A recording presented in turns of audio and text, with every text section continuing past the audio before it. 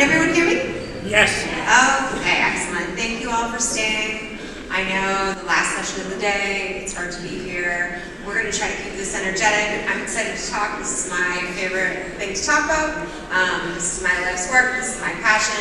We're going to talk about personalized medicine, precision medicine, what I believe is the future of healthcare, what everyone should want to be the future of healthcare.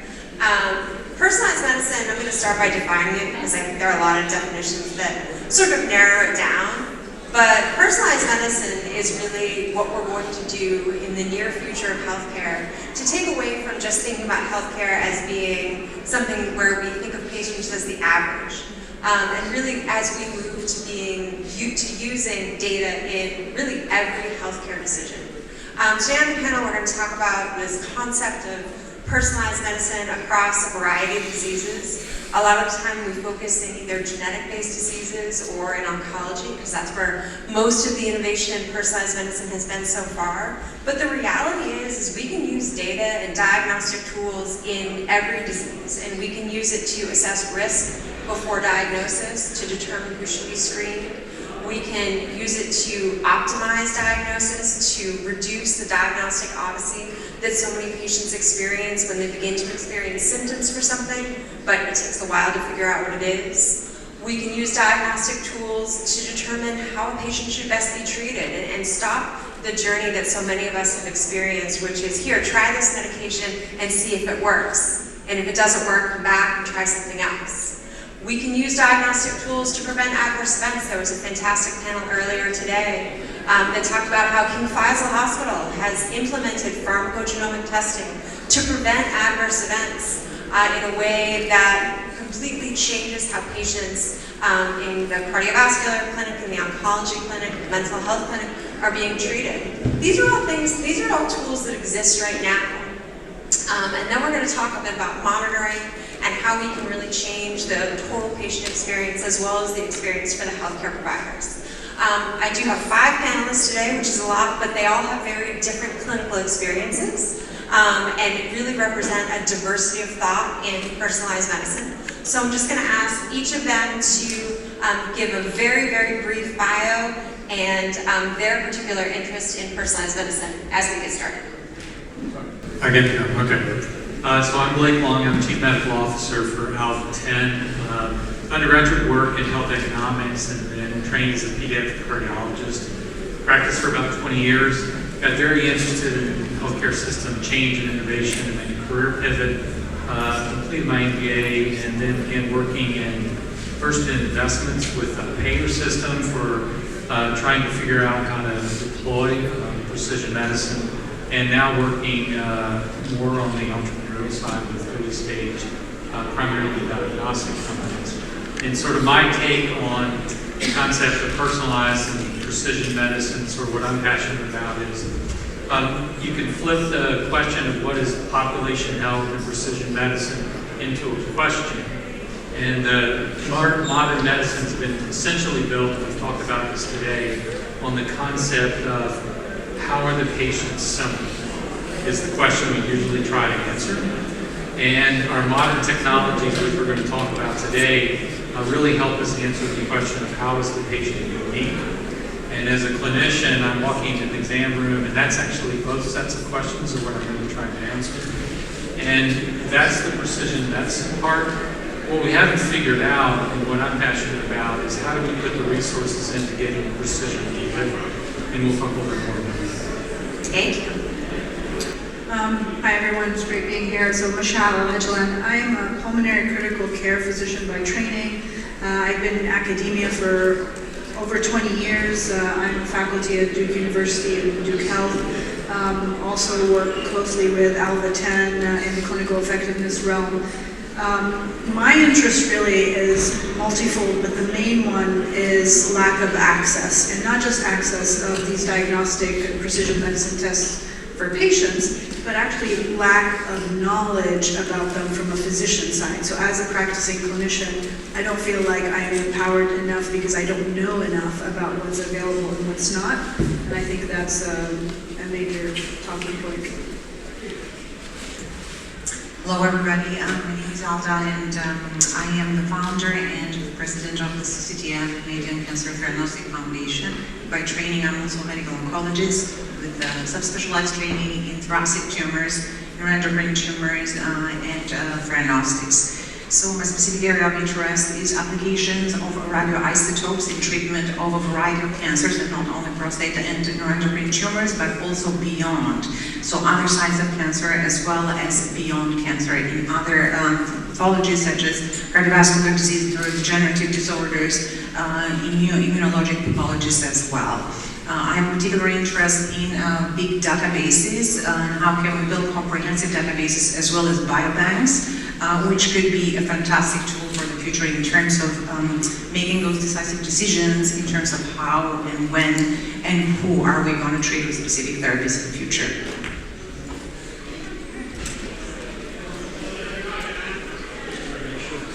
Is it on? It's on.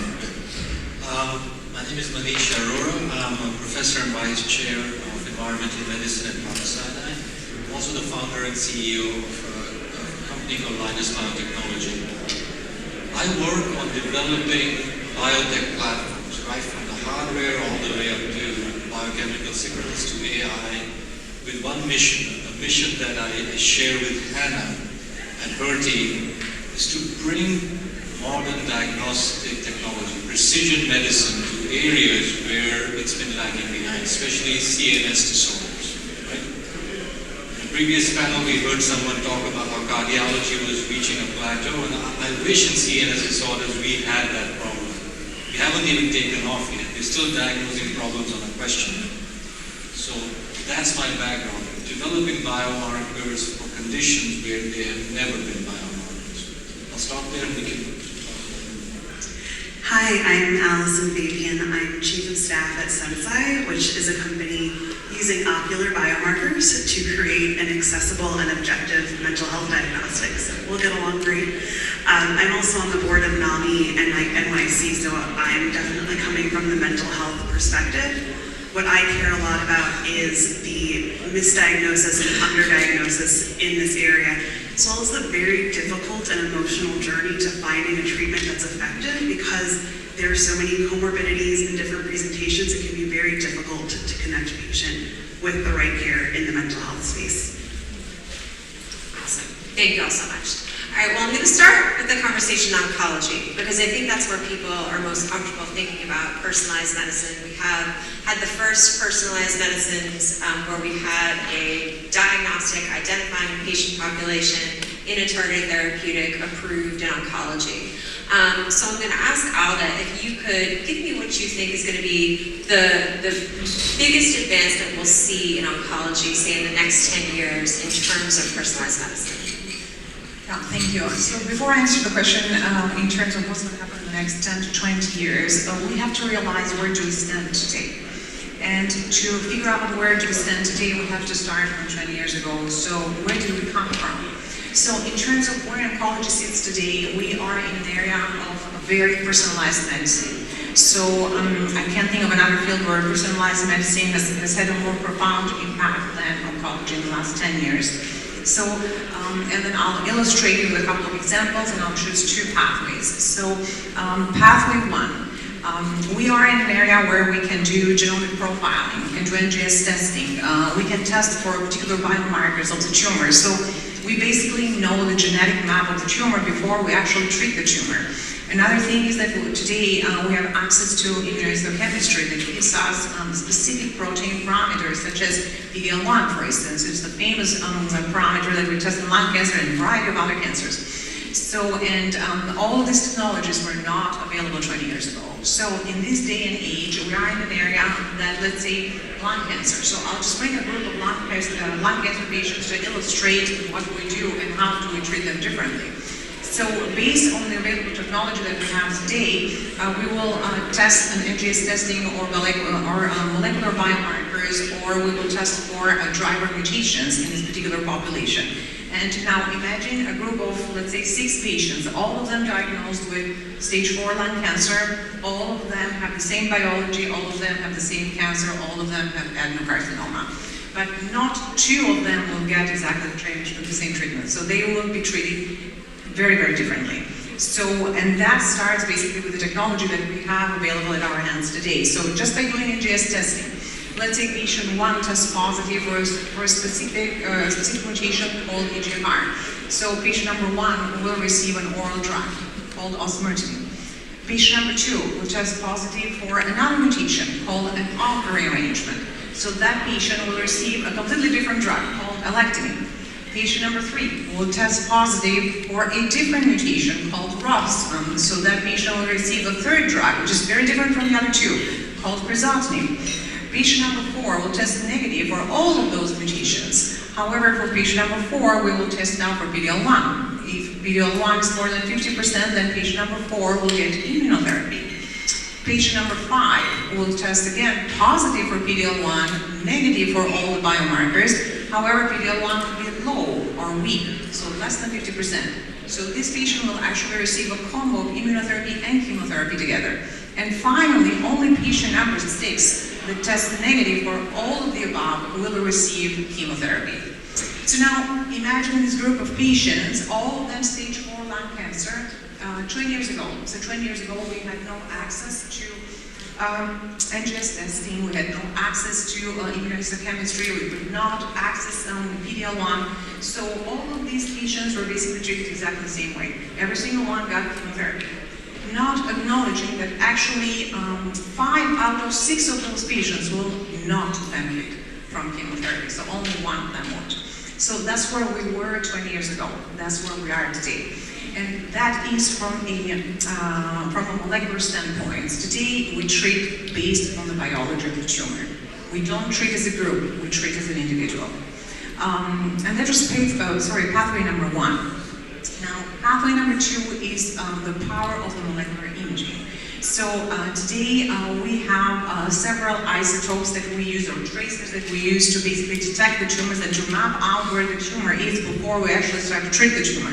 So, and you are all familiar probably with the FDG PETs and the PET scans, which have been in circulation now for decades and decades, but today we have very, very brand new radio tracers. For instance, we have access to gallium as a radio tracer, and we label it with different peptides. So, and when gallium is labeled with a certain peptide, it can detect or map out where the tumor is. So, and specifically, we can map out neuroendocrine tumors, and we know exactly where the tumor is. Or we can map out, if we label gallium with PSMA, we can map out where the prostate cancer is. So, and this molecular imaging is so powerful that not only can detect the tumor, but can also detect the nodal recurrences when the tumor goes to specific lymph nodes or to specific bones for which a CT or an MRI is not sensitive enough. So imagine 50% of the patients that you will miss detecting a tumor, you now can, by addition of these particular biomarkers that we have added to imaging. And based on the available biomarkers, then these patients also are candidate for treatments. So if they test positive, then they will be treated. So that's where we are today. Now, what's going to happen in the next 10 to 20 years? I think in the future, everybody should have access to NGS testing and molecular profiling at the time of the diagnosis. I think everybody should have access to PD-L1 testing by immunohistochemistry. And I think everybody should have access to molecular imaging as well. So we basically have all this information on our forefront before we make those decisions. And of course, a lot of things probably will happen in the next 10 to 20 years, such as cancer vaccines and nanotechnology. But that's another topic probably for another time. Yeah, I think the obvious advancement that oncology has always had is to generally have a sample. You have a heart sample, you have a tissue sample, you have a blood sample, you have something to, to inquire about. I think, we didn't mean to put the 2 mental health specialists on the end, but that's where they ended up, so this question is going down to that end. One of the challenges in the mental health space in terms of getting just the primary diagnosis correct has been this idea, I think from a fundamental standpoint, is we don't have a lab, we haven't had the ease of a lab test. It may not be a genetic test. It may not be something that can be ascertained directly out of DNA. And from a laboratory standpoint, I don't know how many of you spent time in the lab, DNA is easier to work with. just from a sample stability, a interpretation, and I think laboratorians have always been most comfortable, and that's clearly where we've had the most advancements in terms of NGS sequencing and other techniques. Whereas diseases that are not fundamentally based on querying the genetic information from germline testing have struggled for a variety of reasons. But now that we have more advanced technologies, we're able to get the primary diagnosis. But what do you think the challenges are to take that next step in the mental health space in terms of moving it into clinical action where clinicians can think about how to use it and think about how to apply it to their patients in the near term? One really large challenge that we look at is that a lot of diagnosis and treatment in mental health isn't coming from mental health clinicians. It's very difficult to get into treatment right now, and patients are reporting to their primary care difficulties with nightmares and other clinicians who aren't trained specifically for mental health. So how do you get this data into a clinician's workflow? The previous panel on postpartum is an excellent example, and it's such a huge challenge. My personal and many other women's postpartum visit had a quick survey. It was a couple of questions. It was 6 weeks out. 40% of women don't even go to one postpartum follow-up. So how are you going, and obviously the physical difficulties of postpartum are important, but how is a GYN going to capture that mental health need and accurately diagnose and provide support to that postpartum woman? So I think it really is about getting that comfortability and getting into the workflow when there are other pressing needs that a clinician has and a limited amount of time. I agree with all of that. I'm going to just provide a slightly different starting point. I think the very definition of mental health disorders needs to change, because you will see a stark contrast. If you ever open up the DSM-5 where we house all mental health disorders, the way they are defined is very different to, like, if you look at the definition of type 2 diabetes. Like, it starts off with the biology, whereas most of the DSM-5 disorders start off with, well, you're autistic because you behave autistic. You have schizophrenia because you're behaving like a schizophrenic. The biology is sort of not part of the core definition. The second problem, or what we hope to achieve in the next 10 years, is to start actually using tissues to diagnose it. So yes, we can't get a little sample of the brain, but we don't need to. Now for cancer, we do little biopsies, they're called liquid biopsies, and you can detect many, many different cancers from just a little sample of blood. And each year new tests come out and they're becoming accurate. Why can't we do that for brain disorders? The problem with that is, a brain is a highly dynamic system. We are addicted to snapshot technologies. Look at yourself. You go once a year to your doctor, get one blood test done. And that one snapshot is supposed to tell you how a very dynamic system, your physiology, your metabolism is doing. People are realizing that doesn't work. That's why we're all surrounded by wearables. Every company that makes a watch or a ring is now coming out with a wearable that monitors your health, because they realize that seekers are hidden in the time dimension.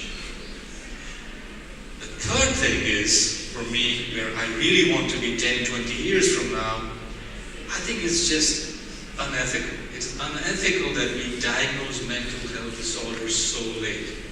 When is your child's brain developing? The first year of life.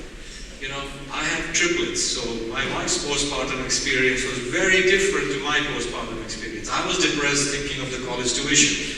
She was depressed because she was producing these massive amounts of breast milk and she just couldn't stay awake.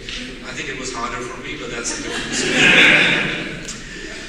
Her depression went away. I'm still struggling with the college tuition problem. Anyway, all of the child's brain, I remember my children making eye contact with my wife while she was breastfeeding them. You know, it's a big part of that. Autistic children, some of them don't do that.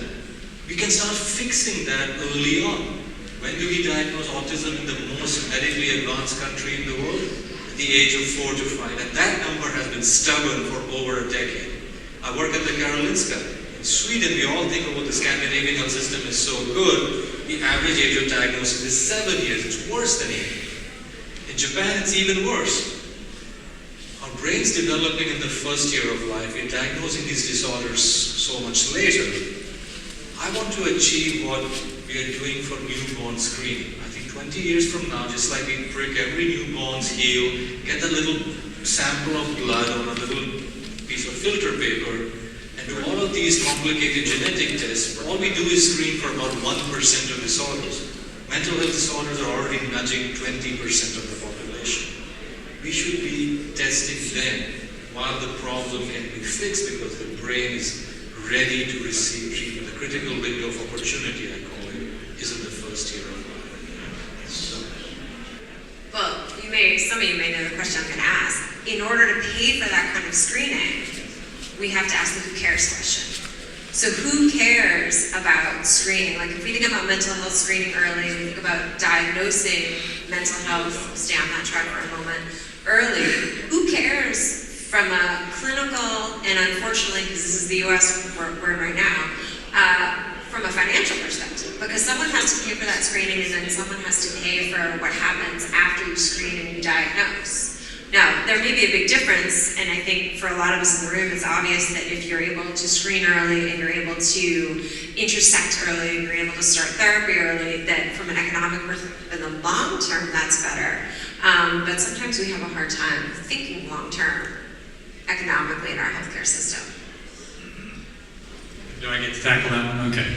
So, yeah, the who cares is really trying to determine sort of you're creating value by having the test and getting all the screening. And the real issue is that who gets to capture and pay for that value.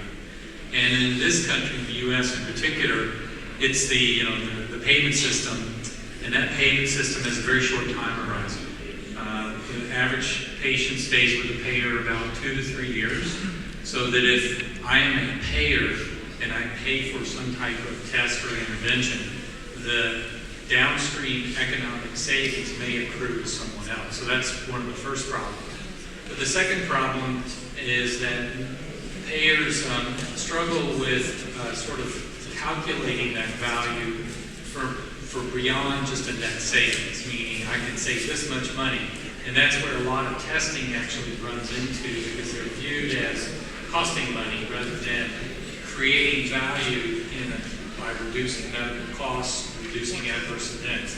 You don't think about it that way. And so one of the jobs in a lot of these testing capabilities is teaching the payer, educating the payer that there is actual value in the test for the opportunity that can save some downstream costs, whether it be medical, pharmacy, adverse events, screening, catching cancer early, screening any particular disease and catching it early, dramatically changing the cost.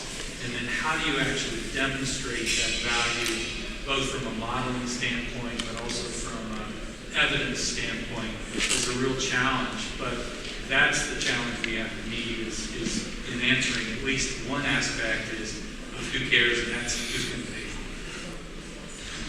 it. Yeah, the who's going to pay for it, of course, is the access question, because that's what prevents a lot of access. I mean, Michelle, you've spent a lot of time in health systems. How do health systems think about access like this? Do they think about how to democratize care? Or is this really just tied up at the payer, at the insurance company or the government payer level? How do they think about access to technology like this? Yeah, that's a great question. And, to quote a favorite economist of mine, it depends. That's you. That line earlier today was so spot on. It really does depend. It depends on the health system. It depends on the area, region of the health system. It depends on the disease area. And it, quite frankly, depends on the country. We've heard earlier from the King Faisal Specialist Hospital team in Riyadh that things there are implemented in a way that we aspire to achieve here in the U.S. There's access. There aren't a lot of competing interests in who's going to pay for it, where's this money going to come from. In academic centers, it depends. Are you part of a clinical research trial? Then yes, you'll hear about it. Are you not part of it? You might not. And as a practicing physician, unless it's your area of expertise and you're doing clinical research yourself and really pushing for it, you probably might never hear of some of these things. And if the insurance companies don't cover it, you're definitely not going to hear of it. You're probably more likely to hear about cutting-edge technology from a patient, let's say a parent who has an autistic child that is like, hey, can I test my newborn with something? And I heard about this in the news. Can you do it? And a lot of times as practicing physicians will be like, I have no idea what you're talking about. And that's a problem. It is a problem because we're at a point now in 2024 where we have just incredible access to healthcare technology. We have so many modalities that when I was in grad school, it was just not on, certainly wasn't on my radar. Just on the panel here, we have so many different ways of getting to patient-specific information. But I think the piece that is missing is how do we get clinicians to know to ask the question, or to even be able to present the problem to technology developers, to say, this is a problem that I see, this is a question that I have, where there's this, there's a clinical junction where when I see patients, I don't have a way of informing this decision. And if I had a tool or if I had a way of getting this data, it would change how I manage these patients. And right now I don't have that. How do we think about creating that mechanism for clinicians to be able to, help drive personalized medicine? Because the clinicians have to be on board. We can't just develop tools and then hope that people will come use them. They have to be, things that clinicians want to see and need to have.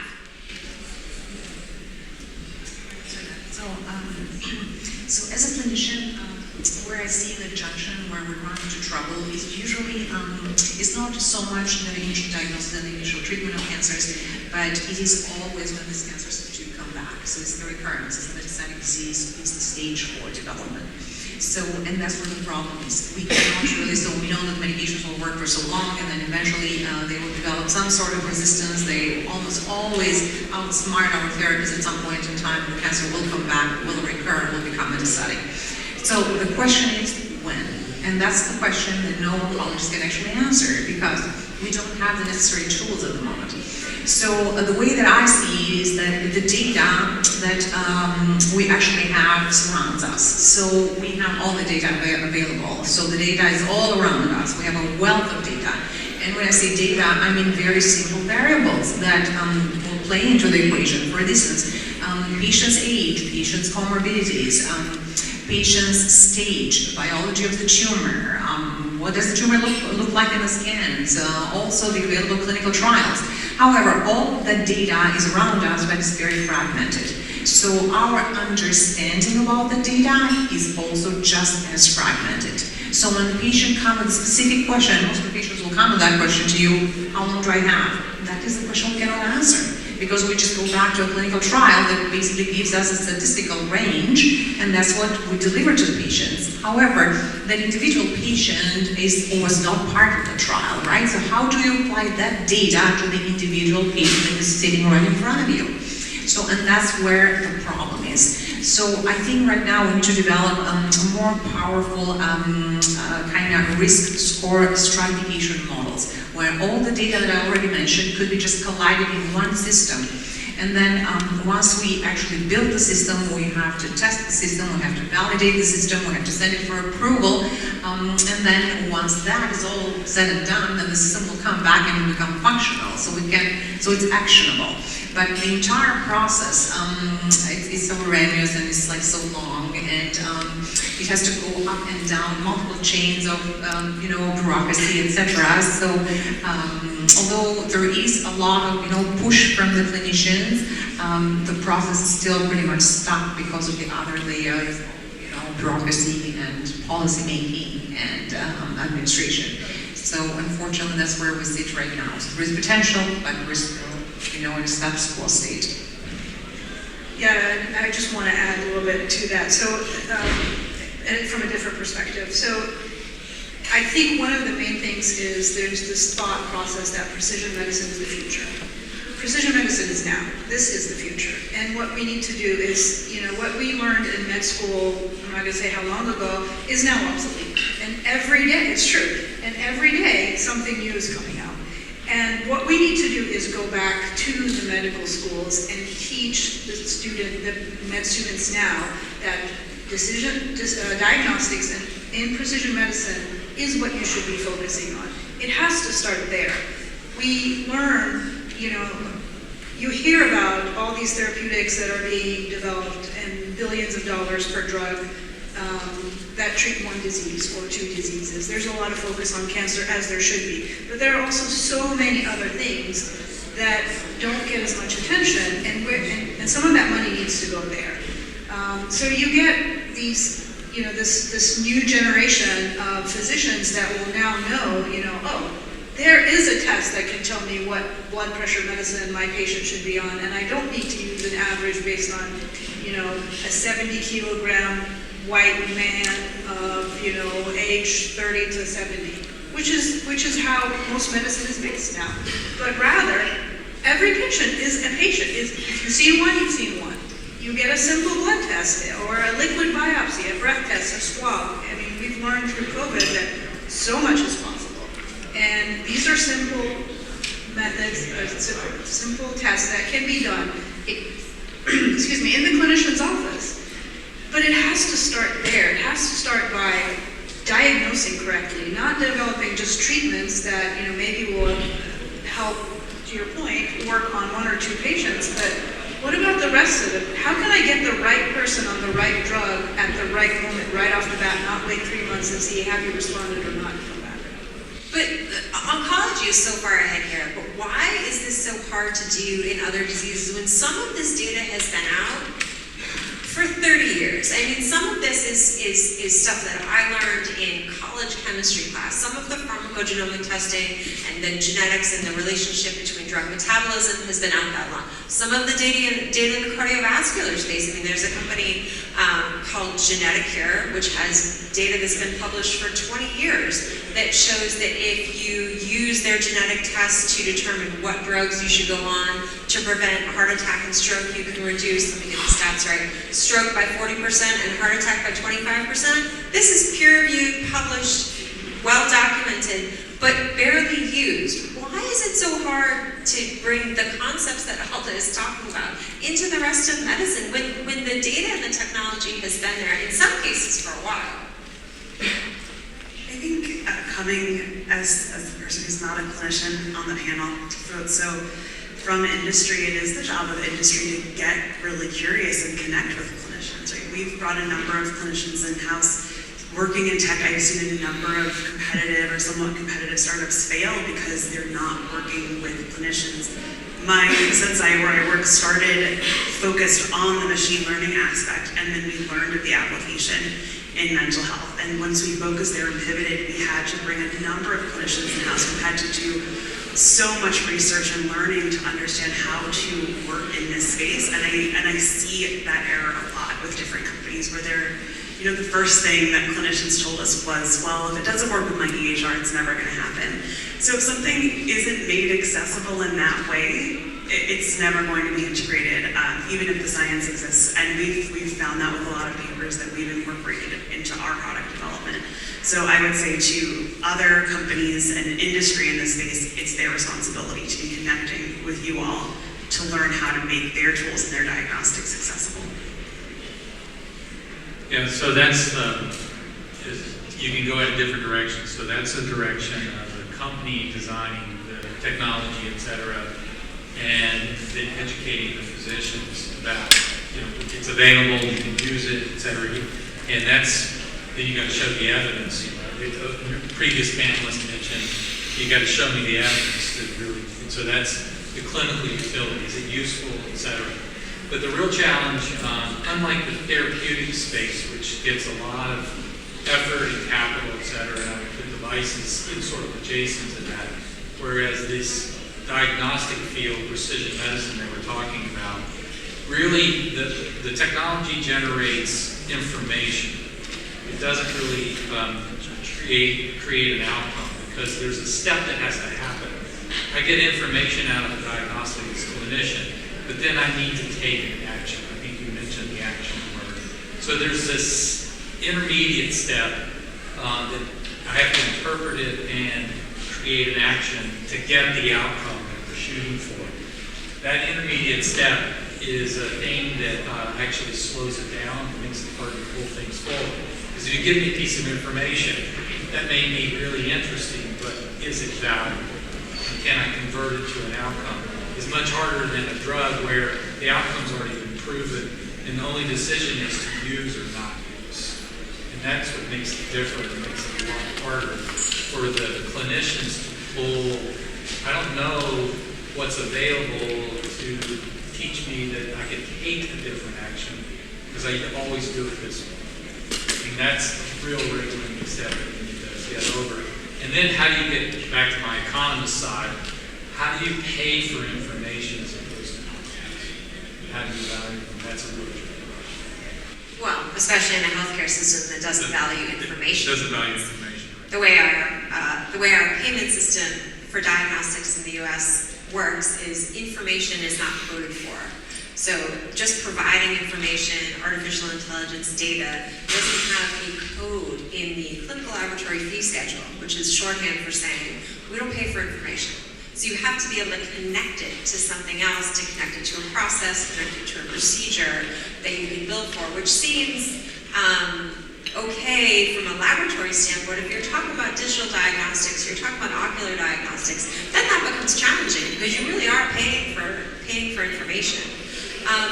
But I want to talk for a second about how we reach the patients too, because I think that we're at an age now, we're at a time now where we are getting into a generation where this generation, the millennial generation that's having kids now and that is aging in, is probably the generation that's most comfortable with data. They're most comfortable with their data being out there. They've grown up on social media. They've grown up with data being out there. They've also grown up sort of questioning everything and questioning their positions. And so I don't think that they are going to take the same experience that, maybe, the boomer generation has had with just taking for granted whatever the physician says. So how do you think about reaching the patient, communicating the opportunities to the patient? Because sometimes it is the patient that's going to have to inform and educate the physicians, because physicians may not have the ability to, look at every new technology or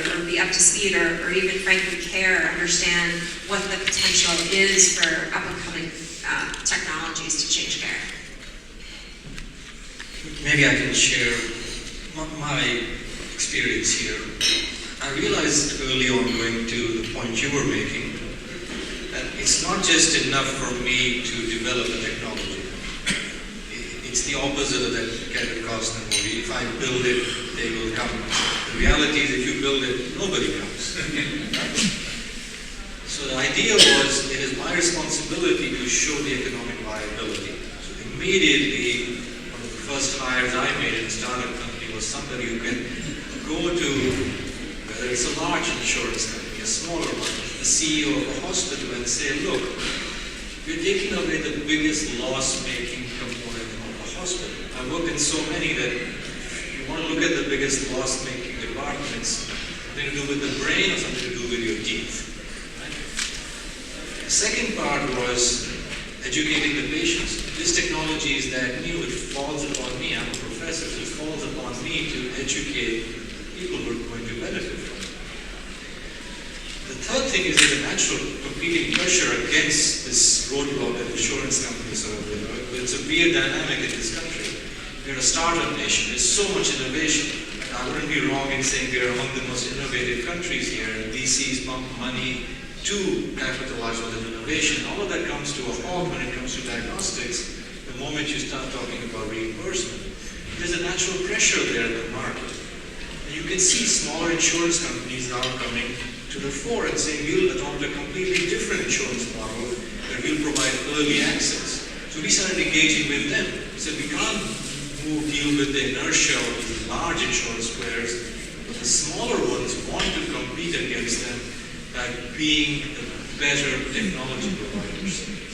So by using that sort of approach, for us, there has been traction. And I always tell people who partner with us early on, just remember, the first genomic screen required, millions of dollars. Entire governments were funding it. Now you can just send your sample off in a kit for a few $100s. So the cost does come down. Do they want to be part of this technology when the costs are so low that the market base, the consumer base has increased exponentially? They do partner with us now, not 10 years from now. We already signed exclusive agreements with their competitors. I can, so an analogy that sort of gets it kind of flips the equation is a little bit of the history of the Apple Watch. And that is that, it started out as a consumer device, and then it got FDA approval as a clinical device. So it was then providing clinical level information. But see, then it was merely information, and we had no idea what it meant in terms of action. So it got very creative, and the Apple Watch study was basically just sign up as a consumer. And they recruited several 100,000 people in a matter of months and did a clinical trial and actually got very valuable clinical level data by just getting people to sign up online as a patient, because people love data and love their Apple Watches. And so suddenly you had this massive amount of data that provided very interesting clinical data. But there's one more step that had to happen. As a cardiologist, and the cardiologist who can help me with this, I'm a pediatric cardiologist, was we were suddenly going, okay, we can actually find atrial fibrillation. It's a really common problem. We're starting to be able to detect it. This Apple Watch thing can do it. It's very interesting. But then the clinical questions is, and so when it's found that way, do I have to treat it? Is it the same? Or what do I do with it? And so suddenly everybody said, well, we need to do a clinical study that AFib detected by this routine Apple Watch consumer orientation. What do we do with it? And so ongoing studies are happening right now. A lot of data is coming out. It looks like it may be very valuable for treating. And the cardiologists are suddenly going from, I don't want to hear about an Apple Watch to, I'm going to prescribe it for a lot of my patients. So that's a consumer-driven example of interest in data, potentially getting us somewhere. We're still not there yet, but it's super interesting sort of as an answer to the question. Do you think that was because the cardiologists realized that there was a problem that they knew existed and that this was a solution? Or do you think that this was because the patients were bringing it and the cardiologist kind of got overwhelmed and said, okay, fine, I'll take a look at this? I think it's more of the latter. Out of the gate, yeah. And then the studies actually looked at it and went, yeah, there is some valuable information there. But the patients coming in with a PDF going, I had an irregular heartbeat. As an electrophysiologist, I don't want to know that. I don't know, have any clue what that means, and I don't want to see it. So yes, it's patient-generated data. It's very crude in the beginning, and then it got more and more sophisticated, and then got looked at in a formal way. And there's actually potentially very valuable information. But it was consumer-driven. It's an interesting story. Well, because I think that's one of the challenges too, where patients now have access. You can get your whole genome sequenced. You can get polygenic risk scores done without your physician ordering the test. But then you get results, and then you have to bring them to your physician. And your physician either may say that they don't understand them, that they disagree with them, or they don't value them. And then what do you do with that? How are patients supposed to, is it they need to educate their physician, or do they need to find a new physician? It's a great question, and I think that's why it goes back to, we need to be training the current generation, the next generation, that this becomes their standard of care. When we were training, it was your history and physical. Well, now you have, telemedicine. Nobody ever does physicals anymore unless you're in the ICU. That's the reality. Most times you don't even see the patient in real life. You're seeing them through a screen. So if this becomes part of their arsenal of this is the standard of care, and no longer, this is the future. No, this is the standard of care. You need to get this, and you understand the sequencing, you understand pharmacogenetics. I learned this term recently. that's not very good. I mean, I'm embarrassed to say that, but that's true. So the new generation needs to know this, needs to be trained on it, and it needs to be part of their workflow and standard of care. It cannot be, let's try this and come back in 3 months and let's see how you're doing. All right, so we have less than 5 minutes left, and thank you all for staying for the last session of the day. I just want to give everyone 30 seconds to a minute to describe one thing that they believe will happen in the next 5 years in personalized medicine. And you can talk about your specialty, you can talk about your test, but one thing that you see it and it's going to happen. And I believe that we're going to have objective mental health diagnosis based on biomarkers. That's the innovation that we're currently working on, and I think going from, you mentioned earlier, the self-report, and that's the standard of care right now for mental health for diagnosis, and mostly it's not even happening. We work closely with patients with PTSD. In trauma centers, you may get the 50-question questionnaire that you can try to answer as best you can and won't be completely accurate. Most clinicians are going to have a conversation with you and see if you disclose your trauma. The ability to give an accurate diagnosis, an objective diagnosis, remove that stigma without the disclosure of trauma, which is very, very rare for a patient to feel comfortable disclosing trauma in less than 7 to 10 years, even to a clinician they know well, is going to vastly improve our ability to treat people who are suffering from mental health conditions. And so that's the innovation I am most excited for and that we're currently working on. And when she says ocular, she means a phone. Yes, it's a mobile app. So you look at your phone and you look at some pictures and you watch a dot move, and then some computer vision and machine learning breaks that down and returns a result to the clinician of PTSD positive or negative innervated to a CAPS score. The CAPS is the self-report test, so that it's an easy interpretation for the clinician. Manish. First of all, I think that preventive care, respiratory care, so someone give him a pat on the back, I'm afraid about him now. Preventive care will become one of the first things we think about when we have children. We say, I want to know, I want to see much further into the future of their health than we can right now. The second thing I think will happen is that us as people who generate data, it's our biology. We will actually have ownership of that. Already I'm seeing that people are talking about blockchain not to just invent 1 trillionth type of cryptocurrency, but as a way of housing health data. So each individual gets a penny when someone starts enrolling my data into the trial. It's easily accessible around the globe. So I'm really excited that being healthy will itself get a new definition and much earlier in life. The third thing, and that's where I'll make a little plug for what I do, is that much of this testing will move away from complicated hospitals and stuff, it will move home, like what you're doing, using an app. We learned that during COVID. What I do is we have a test developed on a single strand of hair that you can collect at home.